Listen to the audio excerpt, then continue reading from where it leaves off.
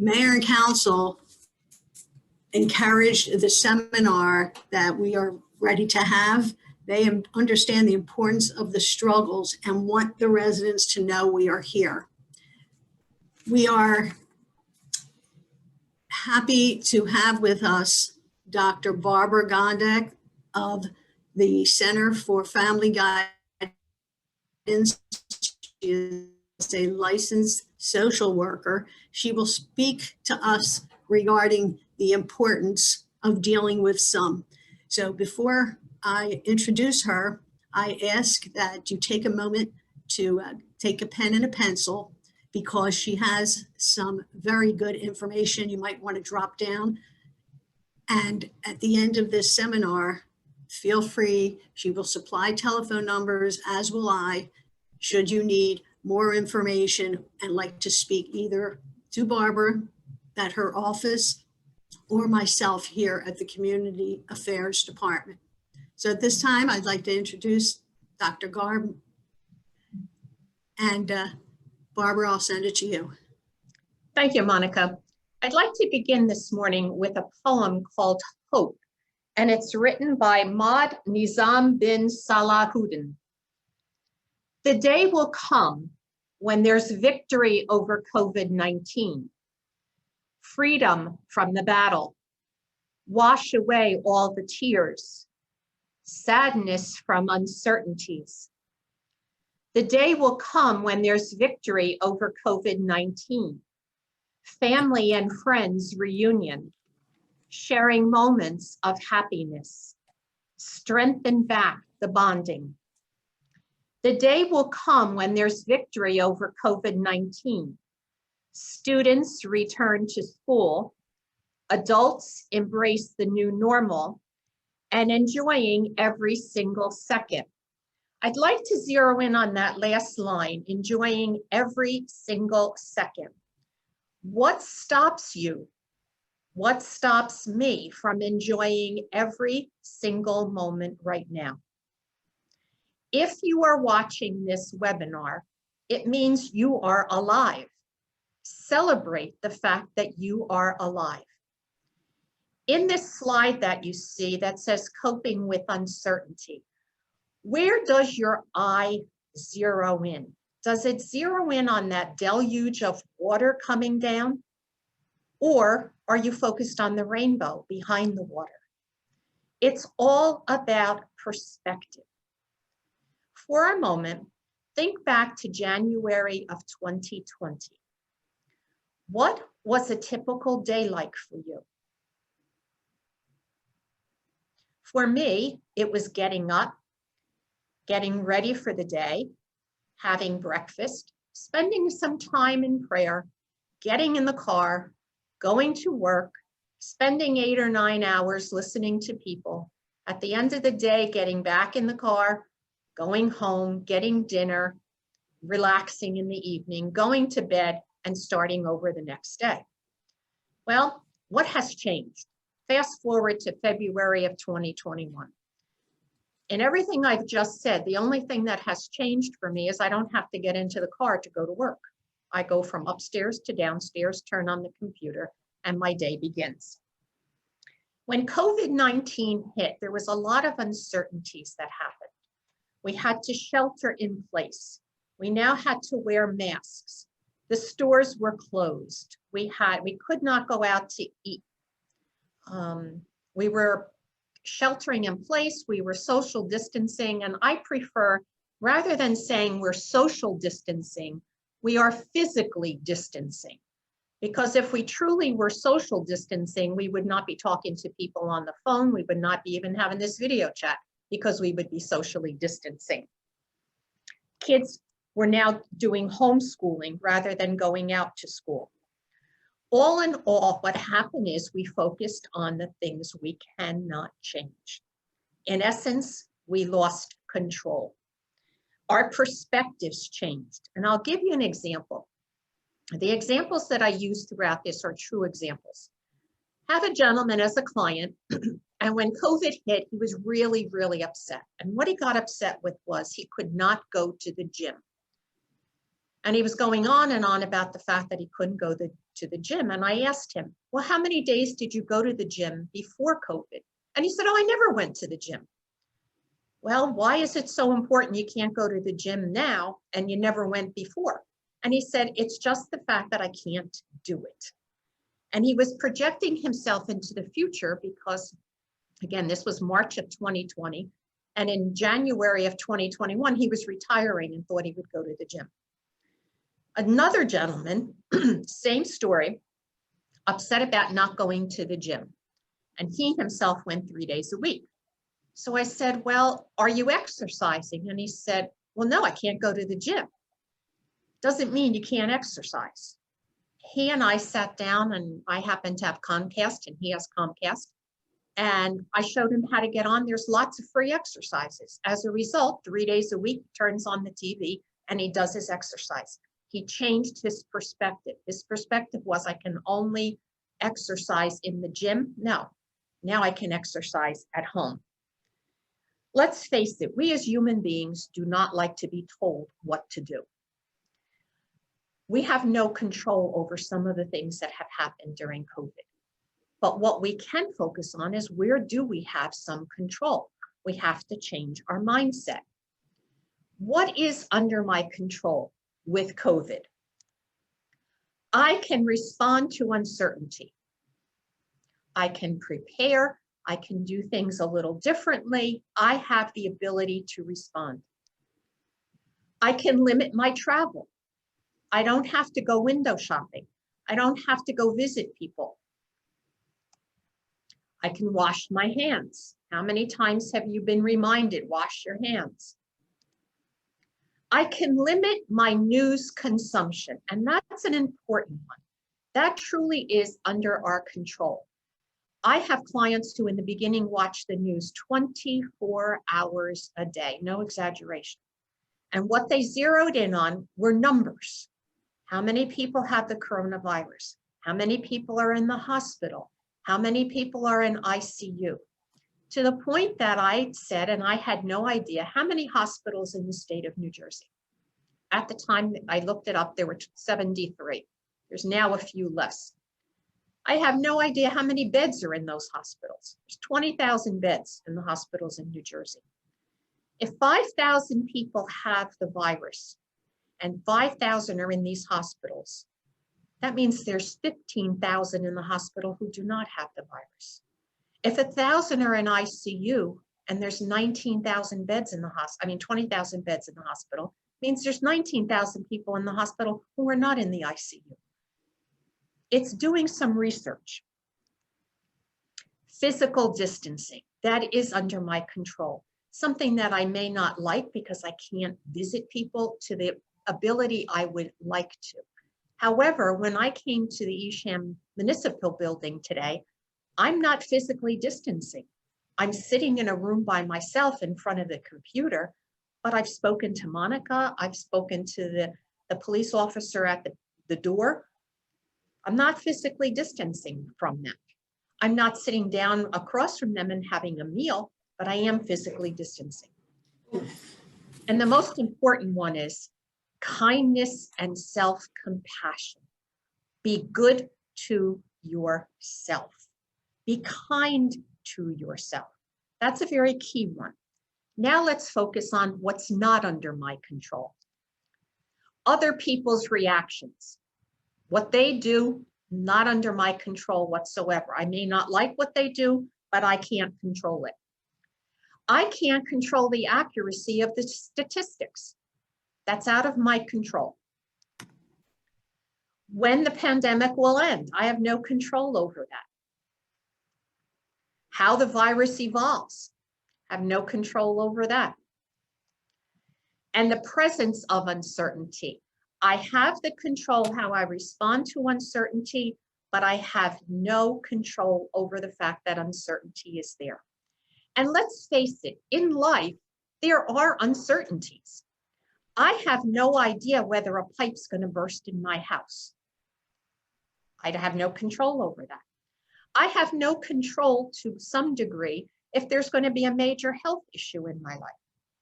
I have no control over whether I lose my job.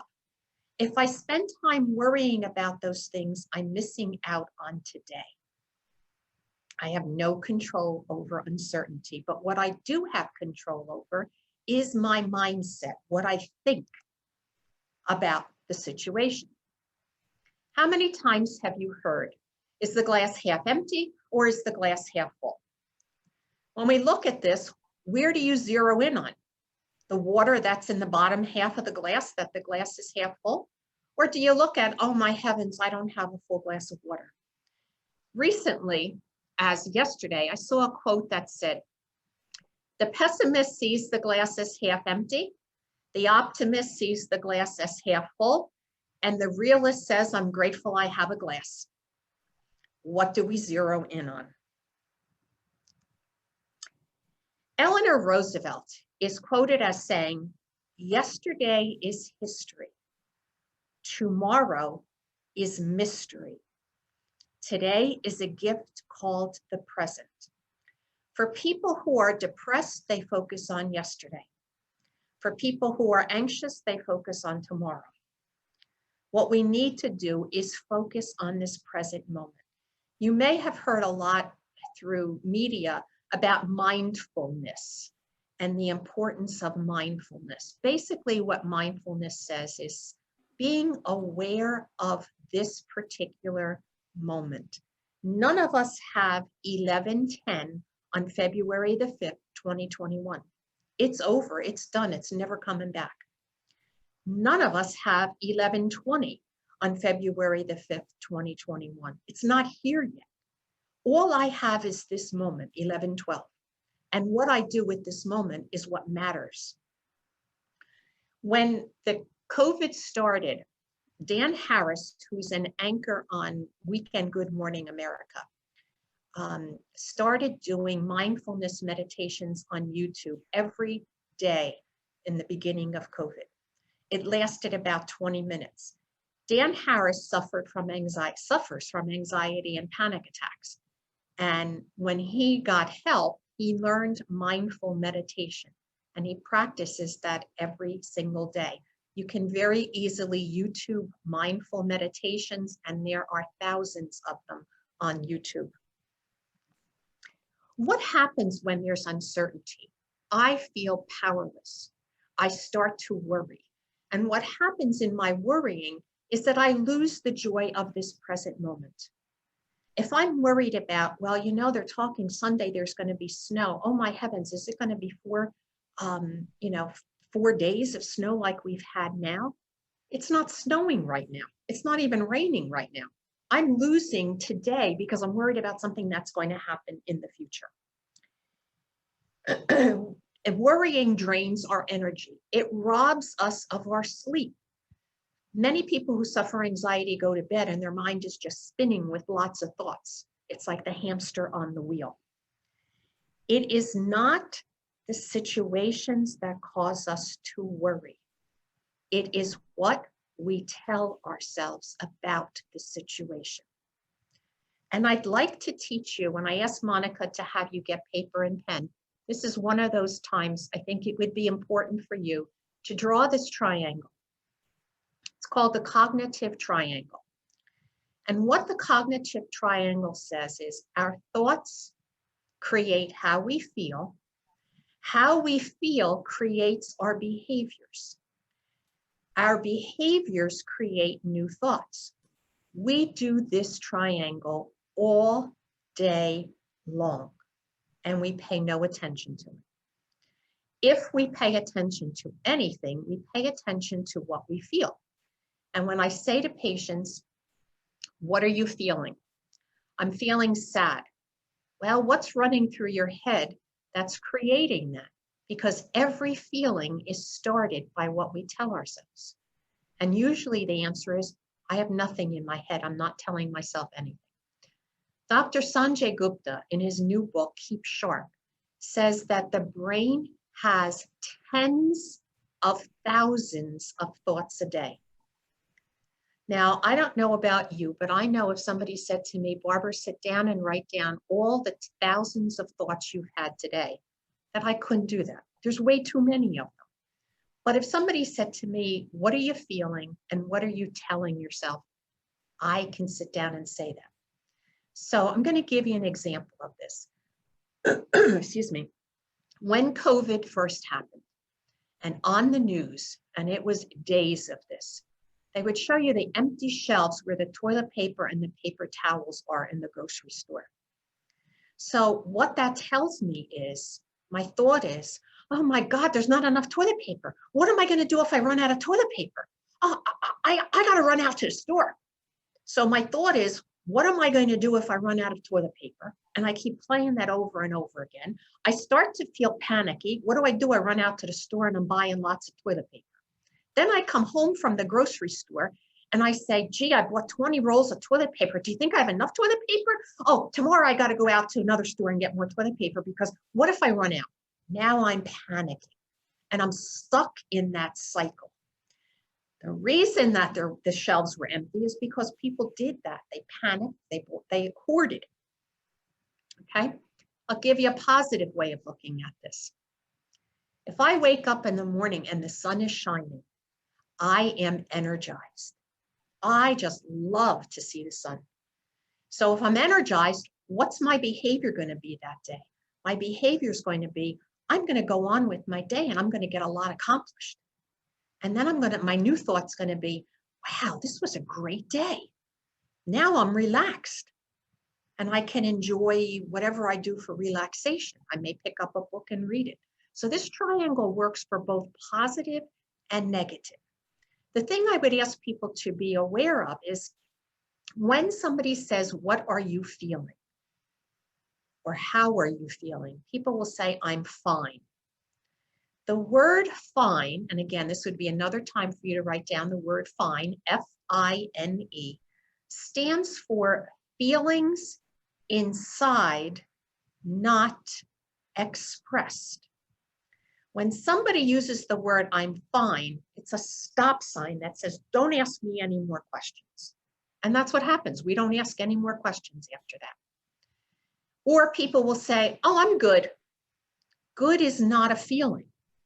Calm, happy, anxious, sad, annoyed, those are feelings. So now I'd like to zero in on, let's look at what are some healthy things we can do, not just with COVID, but we can do these at any time to take control back for ourselves. The first one is set a routine. Get up at the same time every day and go to bed at the same time every day. A routine is important. Our routine may have changed, just like in the beginning, I told you my routine changed somewhat, but for the most part, my day is still built around the same routine. The next one is get dressed. Get out of your pajamas. There's a reason pajamas or nightgowns are called night clothes, because we wear them at night when we go to bed. They're not meant for us to stay in them all day. And staying in your pajamas will lead you to get depressed. Get dressed. Exercise. Again, the gym closed. You can find exercises on TV. I'm sure Verizon has it just as well as Comcast. Eat healthy. Make sure you're eating 3 meals a day and not grazing through the day. That is one of the negatives that happen with people working from home. They were snacking and grazing all day long, whereas in the office, they weren't able to do that. There's also with the eating healthy, you may or may not have heard the COVID-19, not dealing with the virus, but putting on 19 pounds during COVID because people were searching out something that would make them comfortable. And what it was, they were eating the comfort foods, whatever that may be for you, usually carbs. Learn something new. I'm sure you've had the experience, I know I have, that said, if only I had time, I would blank. What would you do if you only had time? Reality is, we have that time now. What will I learn new? Will I take a class? And there's online classes. Will I learn a language? Will I learn a new craft? Will I even learn how to use a computer during this time? Find a hobby. That could be, building models. It could be embroidery. It could be what's called diamond dots. It could be paint by number. Find a hobby. The mindfulness that I already mentioned to you, mindful meditation. And at the end of this presentation, I'm going to give you a site that has some mindfulness on it. You can even get that on your iPhones with, I think you can get it on smartphones as well. Calm is one and Headspace is another one. But mindfulness is an important practice. And I'll give you an example of that. About 2 years ago, before COVID happened, I had a man come in who was suffering from anxiety. And he was an avid reader. Every time he came in, he had another book. And I suggested a book that it's going to be at the end of the presentation as well, called The Mindful Way Through Anxiety. There's also one for depression. But that book he took home and he was reading it very slowly. And I suggested he practice mindfulness. And when he went home, the next time he came back, he said, I was talking to my adult daughter, my 20-something-year-old daughter, about mindfulness. And she said, Dad, I do it every day. And he said, you do? And she said, yes, on Headspace. So he made it a practice that every evening he sat down for 20 minutes, turned on Headspace, and practiced a mindful meditation. And he said, I cannot believe the difference in my body.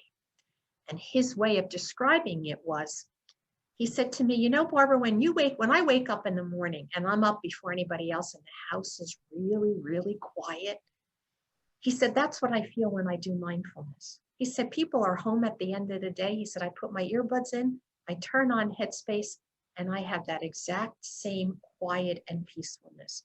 Mindfulness is very important. Phone a friend. Pick up the phone and call somebody. You know, I have one man, he just told me yesterday, he said, every day I call a different member of my family to talk to them. Practice deep breathing. And what's deep breathing? It is amazing to me that when we come into this world, there are several things that we know how to do that no one has taught us. The very first thing we do when we come into this world is we're breathing. Nobody has taught us how to breathe. And we breathe correctly as babies.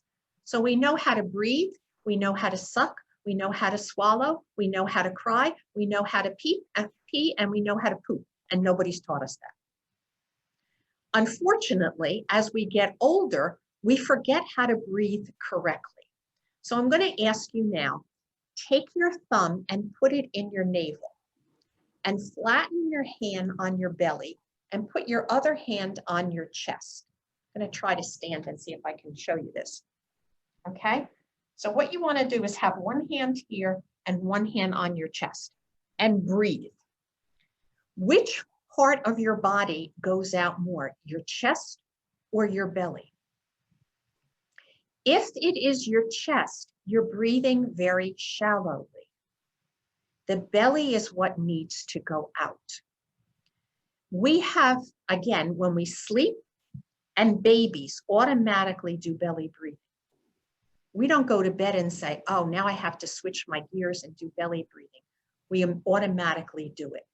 And one way to practice belly breathing is to practice having a round balloon in your abdomen. It's flat. As I'm inhaling, picture the balloon expanding. And when I'm exhaling, picture it deflating. And part of the reason for picturing something, people who have anxiety do shallow breathing and they open their mouth and they're, I can't breathe, because they're hyperventilating. And all they're doing is playing that same picture over and over again of, I can't breathe, I can't breathe, I can't breathe. Then they get more panicky and then they continue to breathe through their mouth. That's that cognitive triangle I just showed you. So what I would like you to do is I'm going to have you practice some breathing, but don't do it now. You have to breathe now, but don't do this until I tell you to go, all right? I'm going to have you do 3 regular breaths and 3 regular exhales, however you do it. And then I'm going to ask you to inhale through your nose and exhale through your mouth, and it'll look like this.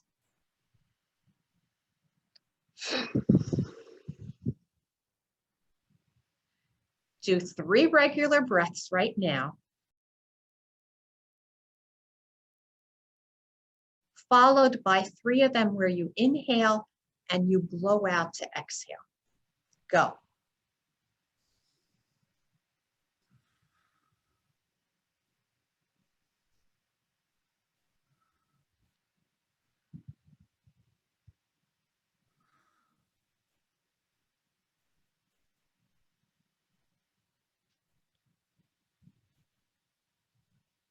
What's the difference?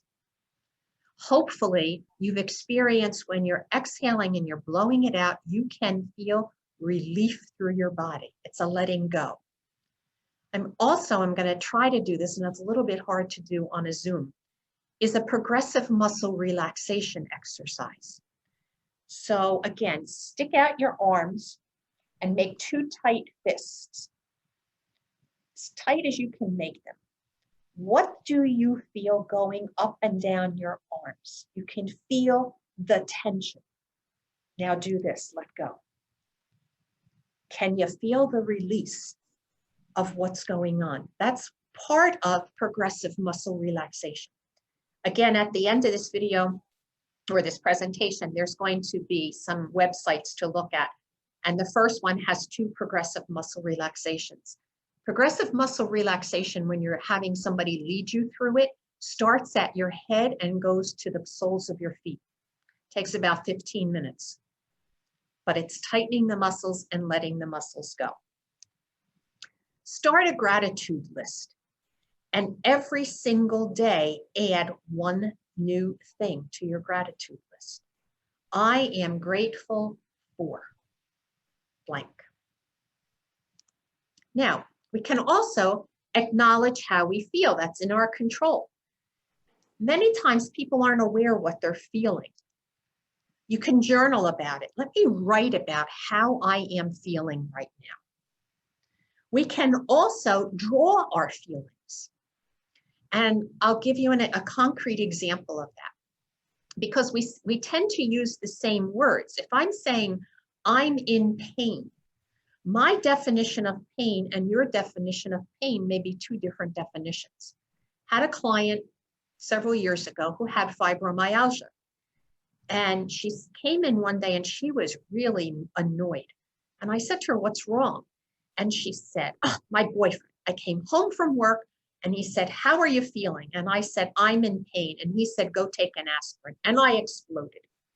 And I said, 'I don't have fibromyalgia, so I don't know how that feels.' And she stuck out her arm and said, 'Take a knife and peel back all the skin on your body.' And I went, 'Ooh, that burns.' She said, 'You now know what fibromyalgia feels like.' So I said, the next time you feel that and your boyfriend says to you, 'How are you feeling?' say, 'Let me paint you a picture.'" And she did. And I said, "What was his reaction?" His reaction was, "Oh my God, an aspirin's never going to go touch that." His definition of pain was you take an aspirin and you no longer have pain. Her definition was an aspirin's not going to touch this. So draw how you feel. And the last one is name your feelings as a color. How many times have you said, "Oh, I'm feeling blue today," meaning I'm kind of depressed? Or, "Boy, am I hot with anger," red. Or, "I'm green with envy." Give it a color. What color would I give my feeling? If I'm excited, it may be, I'm sunshine yellow because I'm really excited today. Make a plan. Plan to do something in your day. I have 1-7, and I use a lot of older people because I'm a geriatric clinician. So I have a lot of older clients. I have a 77-year-old woman who plays Words with Friends via the internet during COVID. Have another client who's 93 years old and she plays bridge via the internet. She makes, both of them make a plan to do something each day. So they have something to look forward to. Or I'm going to have a Zoom call or a FaceTime call with members of my family. You need to schedule it. Change your focus. We have that in our power, and I'm going to talk about that in the next slide. So keep that in mind. Change your focus. Connect with your church, with your synagogue, with your mosque. Many of the religious organizations are having groups online right now. We're having services online. And the last one is seek therapy if you find that you really are very depressed or very anxious. Now, the next one is kind of a humorous. There are ants crawling around, all right? These ants happen to be colorful, cartoon type. Ants stands for automatic negative thoughts. It spells ants. Dr. Daniel Amen, a psychiatrist, and he has been on multiple, I think he's been on every public TV station there is. If you get a chance to see him, his name is Daniel Amen, A-M-E-N. All right. He himself suffers from anxiety. And in his very first book called Change Your Brain, Change Your Life, he talks about ants. And he says, if you are at a picnic and an ant crawls on the table, you have two choices. You can squash the ant, it's dead. Or you can choose to sit there and watch it. If you sit there and watch it very, very quickly, you're going to have a whole line of ants coming. And if you've ever had ants in your kitchen, I don't know anyone who's had just one ant. There's always a pile of ants if you have them in your kitchen. And Daniel Amen says same thing happens in our brain. We have ants that crawl around inside our brain, and they are automatic negative thoughts. They're automatic. We don't zero in on them. They just pop up. And he says, when that first automatic negative thought pops up, we have two choices. We can squash it. We can look at it and say, okay, where is proof that this negative thought is true? And by asking that question, we can squash it. Or we can choose to watch that same negative thought. And before we know it, we are the hamster on the wheel of nothing but negative thoughts. And Daniel Amen says, no one wants an infestation of ants crawling around in their heads. Get rid of the ants. And here are the resources. The first one, and I know all the words are attached together, but that's how the site is, mindfulwaythroughanxietybook.com/exercises. And all of these are free, by the way. When you go into that site, there's a woman on it who will lead you through breathing exercises, guided meditations, and progressive muscle relaxations. I believe there's about 13 different exercises on that site. The book is also very good, Mindful Way Through Anxiety. And there's a workbook with the same title. The second one, again, this is where you may want to use your paper. CCI stands for Center for, F-O-R, Clinical Interventions. But center is spelled C-E-N-T-R-E. It's an Australian, it's a British site. Again, it's free. When you go into the Center for Clinical Interventions, in the upper right-hand corner is the word resources. And there's a drop-down box. You want to look for the one that says, looking for myself. When you click on that, looking for myself, there's about a dozen to 15 different topics. You want to scroll down to the ones on anxiety and the one that says, what, me, worry. And when you go into that, what, me, worry, there's, I believe, 10 modules. The 9th one is called Accepting Uncertainty. It's about 10 pages. There's things to read and questions for you to reflect on. It is an excellent site, not just for worry. There's one for depression. There's one for bipolar. There's one for self-esteem. There's one for distress intolerance. There's one for assertiveness training. They're excellent, absolutely excellent, and it's all free. You want the workbooks. That's what you're looking for, is workbooks. And the last one is the Coronavirus Anxiety Workbook, a tool to help you build resilience during difficult times. It is free. It's 32 pages. If all you have to type in on Google is Coronavirus Anxiety Workbook, and several will come up, but then you want to look for the one that says a tool to help you build resilience during difficult times. And the last one is the Center for Family Guidance, which is right here in Evesham in the Elmwood Business Park. If you're calling to set up an appointment, the number is 856-983-3900. Option 2 is to make an appointment. And I'd like to end with another poem. And this poem is called Resilience in a Pandemic, 2020 community poem. It's written by 13 students. So I'm not going to read all of their names. Taking each moment, one breath at a time, one day at a time.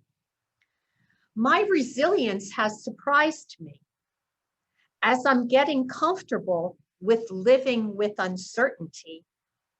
I underestimated the things that I took for granted, and I crave control over the things that I can't control. But I'm trying to exercise forgiveness like a muscle, and it's slowly growing stronger. I have everything I need within me to get through moment by moment. And I warmly embrace the quiet as if it were a friend. Often, when you think you're at the end of something, you really are at the beginning of something else. We are at a distance, but we are closer than ever. We feel gratitude and despair in the same breath. We are stronger, but we need each other. Your faith gives me strength, strength to believe. So think happy, be happy. Thank you for your time. Barbara, thank you so very, very much for that informative presentation. I hope, and I'm certain, many of us have walked away with tools that we know now how we can get through some of these troubling times. Thank you again so much. Again, as the doctor said, you can contact the Center for Family Guidance, or you can contact the Evesham Office of Community Affairs. We will do our best to help you. I will look into these research and resource books.